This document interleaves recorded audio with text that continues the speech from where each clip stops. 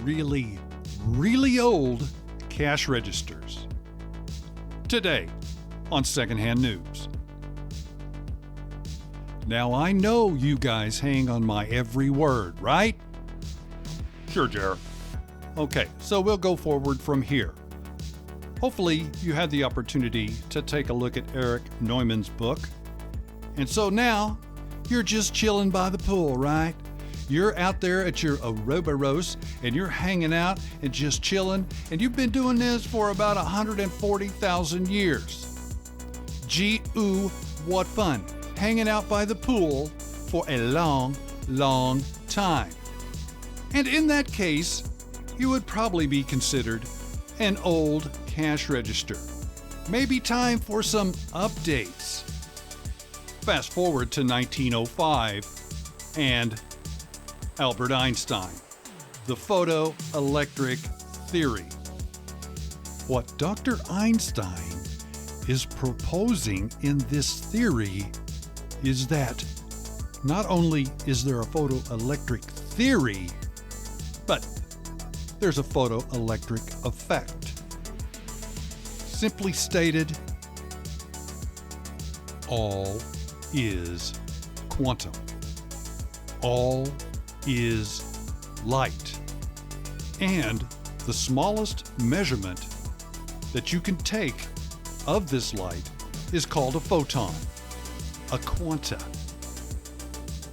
Start small and get bigger and bigger and bigger. What a concept. I think the problem is you can't see it. How simple is that? And if you can't see it, it must be a metaphysic. And Dr. Einstein is changing the mental process of humanity. This is known as a paradigm shift. And at that time, we did not know it, but it was the start of the atomic age. Boy, have we came a long way. And we made it. So let's make it better, okay? And we do that by analyzing quantum. The thing about this quantum shift, or movement to the atomic age, is the fact that Albert Einstein thought it would, boom, this is done. This is in the bag. This will take a couple weeks. Everybody will get it and move right on. Not the case. It took the most intelligent, elite thinkers in physics a year to give the nod.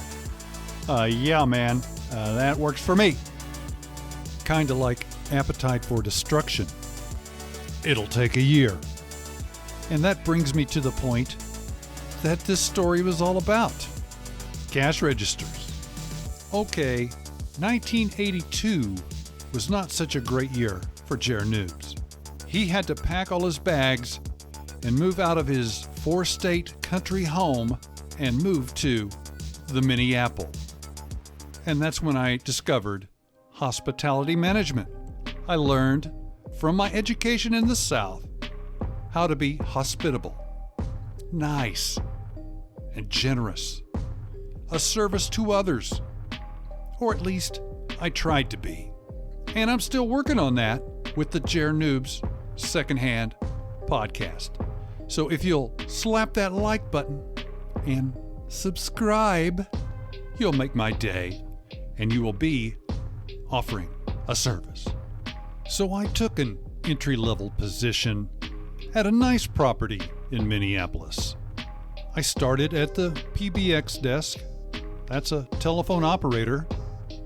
And then I was looking at these cash registers. And these were these really old cash registers where you have to slam that large thing with the palm of your hand to get it to go. That's a calculation. I said, whoa, that's not working for me. I said, I'm not working on those. I thought those cash registers were a little beyond my capacity. And so I waited, and I waited, and I waited.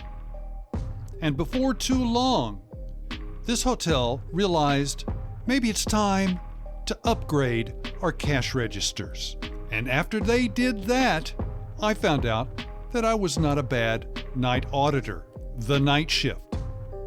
The takeaway for me was pretty simple. Those old cash registers just weren't cutting the mustard.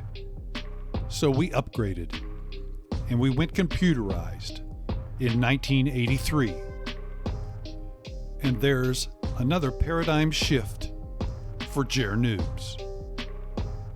So what's the takeaway, boys and girls? I think it is sometimes you just have to upgrade. And it's in the works.